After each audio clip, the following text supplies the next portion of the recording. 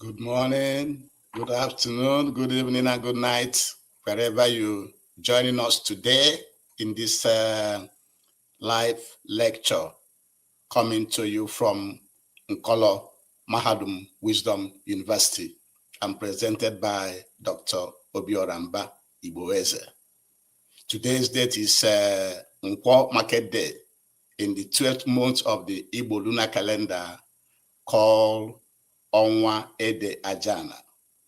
And in the Roman Catholic calendar, today's date is 1/16/2025. And at Nkolo Mahadum Wisdom University, here we try to decolonize your mind from mental slavery and brainwashing so that you can be whom you are without following somebody else to your detriment. Therefore, invite your family members, your friends, and well-wishers to join our university, to subscribe to our YouTube channel, and to follow us on Facebook, Twitter, Instagram, and all social media platforms. And like, comment, and share. And the title of today's lecture is that the Europeans and the Arabs are the ones conquering the world. The Europeans and the Arabs are the ones conquering the world, taking the land, the people, and the resources of the indigenous people, directly or indirectly. The indigenous people have never been in control. So the Europeans and the Arabs are working on their separate ways, but sometimes work together to be taking the land and people and resources of the indigenous population, directly and indirectly. And directly, you have it in the USA, where they directly take over the land and resources. And how do they do that? They come in as settlers. It's important you understand the word settlers. The settlers, they leave their home country and come to a different land owned by other people to occupy that land, occupy, kill, and take away the resources of the people and govern that land, take away all the resources. Because you know, all the resources we have, most of the resources we need to live as human beings come from the ground. So once your land is taken, all the resources are also taken. And you know that it is in the land that you have both gold, oil, uranium, and everything you have is in the land. And so the USA directly, where they take the land directly, is where they come in as settlers and occupy those lands. They live there. Like in the USA, the indigenous people that own that land are the American Indians, or the one they call Native Americans. But they are not the ones that is controlling the resources, but the European settlers from Europe. They are the one in charge of the United States. Also in Canada, you have the Aboriginals. Those who own the land in Canada are called the Aboriginals. They are called Inuit. One of them is Inuit, I-N-U-I-T. And the next one is Métis.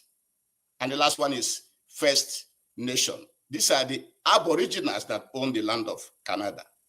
But are they the one in charge of the resources and making the laws there? No, they are not. they have been overtaken by settlers from Europe. That is where they are directly taking over. And also in Australia, the Aboriginal Australians are the Tasmania and the Torres Strait Islanders. The Tasmania and the Torres Strait Islanders are the indigenous people. The Aboriginal Australians, they are black people in Australia. But today, they don't have any place. They are not in control of their land and resources. Their land and resources are being controlled by the European settlers. Also in New Zealand, the Maori people are the indigenous original owners of the land of New Zealand. But today, the Europeans are the ones controlling that area. And remember, these are the areas that they're controlling directly, which means they imported settlers from Europe to occupy the land and the resources of that place. It is interesting to know that also in Africa, a lot of people sometimes we don't see things the way they are, and that is part of the reason we set up in Colombo Wisdom University, to let you know what is going on. In Egypt, the Arabs are the one occupying the land of Egypt. The original owners, the original indigenous people of Egypt are the Nubian people. But the Nubian people, they are not in control of Egypt today. The Arabs are. Also in Tunisia, the Arabs are also the ones in controlling Tunisia. However, the Amazighi people are the indigenous people of Tunisia. In Morocco, also the Arabs are controlling Morocco, but the indigenous people are the Berbers. The Berbers are also in Algeria and Libya. And you know that Algeria and Libya are also occupied by Arabs. So the Arabs, you know, are foreigners in Africa.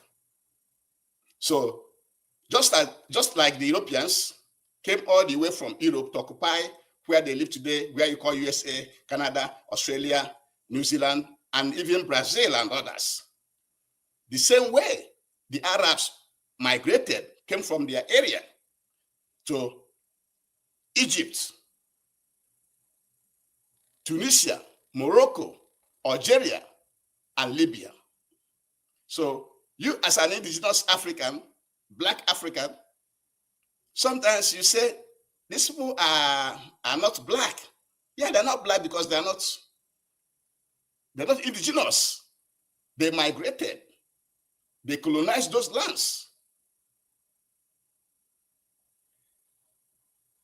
So the Arabs, they are the one occupying Egypt, Tunisia, Morocco, Algeria, Libya. Other places where they are occupying in Africa include Mauritania, Somalia, Djibouti, Comoros, Senegal, Niger, Mali, Gambia, to mention a few. So as you can see, it is the Europeans and Arabs that actually conquering the world, especially also in Africa. Because you can tell that all these countries, Egypt, Tunisia, Morocco, Algeria, Libya, all of them are in North Africa. They are in the African continent. And the areas indirectly controlled by Europeans include Nigeria, Ghana, Kenya, Zambia, Angola, Botswana, Cameroon, to mention a few. So if you look around the world, and Africa in particularly, you will then observe that African lands and resources are being have been colonized or are being colonized, because it continues, it never stopped, by either Europeans directly, as in South Africa. Like in South Africa, South Africa, the Europeans occupy how many? About 70 or more of the land and resources of South Africa. Also in Zimbabwe, the Europeans are living there. They occupy a good percentage of the lands also in Zimbabwe. And so where they live directly and controlling the land. So if either they are there directly controlling the land or they are controlling it indirectly. So it's either you see the Europeans doing that or the Arabs doing that, while we, the indigenous people, are just sitting there as if we don't know what is going on. And I believe maybe we don't know. And that is why Nkola Mahadum is presenting this type of lecture, for you to know what is happening to you as an African, as an indigenous African, that if you keep quiet, of course now, as a Biafran in Nigeria, whether you live in Kogi or Benue or Plateau or Southern Kaduna or Igodo or Old Eastern region, what do you learn? What does this lecture mean to you?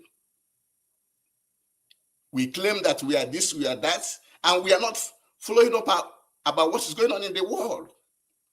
What does this lecture mean to you? Are you a free person? Are you controlling your resources? If you are not controlling your resources, why not? These other Europeans and Arabs that have come all the way down, thousands of miles away, they are the one controlling your resources either directly or indirectly. And you're sitting there. You're sitting there talking and talking and talking. And you will be talking and without being in control of your resources. Without being in control of your resources, you will continue to be a slave in this world. Because those who are controlling your land and resources are the one making the money to buy weapons and buy influence to keep their people living good in this world. This is what Nkola Mahadum wants you to know in this lecture, that it is the Arabs and the Europeans that are colonizing, conquering the lands and people and resources across the world.